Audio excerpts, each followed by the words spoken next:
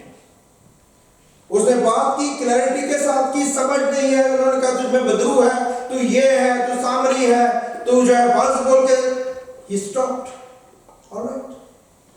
اس نے اس کو کنسیل کر دیا،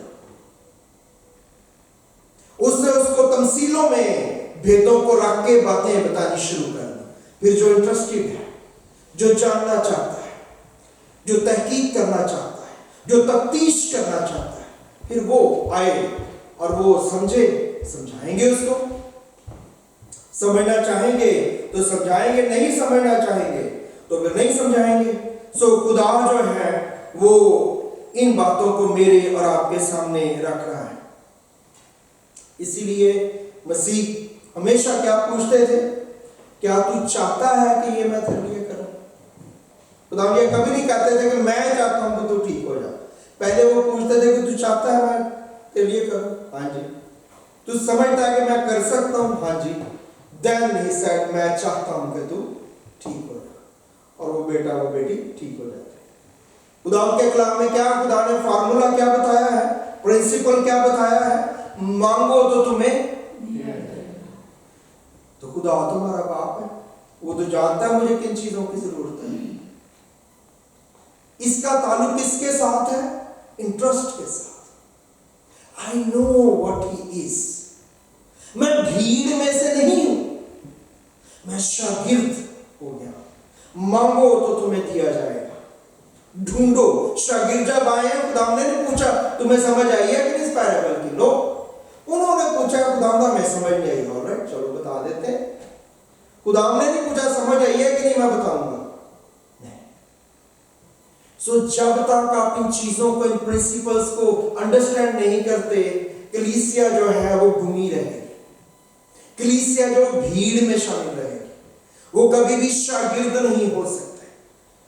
اس لیے مجھے اور آپ کو خدا یسوع مسیح بار بار ان چیزوں کے لیے بتاتے ہیں، اور اس نے کہا ہے کہ مانگو تو دیا جائے گا، ڈھونڈو تو پاؤ گے۔ نہیں ڈھونڈو گے تو پاؤ گے نہیں، نہیں ڈھونڈو گے تو اس کا مطلب ہے نہیں پاؤ گے، نہیں کھٹکھٹاؤ گے تو پھر نہیں کھولا جائے گا، بند ہی رہے گا، کلام بند ہی رہے گا ہمارا۔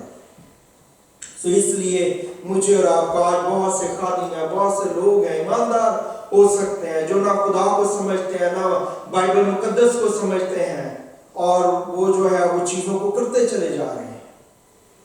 جتنی سمجھ ہمیں گواہی دینی ہے، لیکن مجھے اور آپ کو کلام کو سمجھنا ہے۔ بہت سے خادم، بہت سے پرانے ایماندار ایسے، ان کے لیے کلام میں کیا لکھا؟ وقت کے اعتبار سے تمہیں کیا ہونا چاہیے تھا؟ Oh my goodness, what a statement۔ آپ اندازہ لگائیں کہ ہم کتنی دیر سے مسیح میں ہیں اور آج ہم کس جگہ کھڑے ہیں۔ یہ کلام کی باتیں جو کی جاتی ہیں، ان میں سے کتنی نئی باتیں ہیں آپ کے لیے اور میرے لیے۔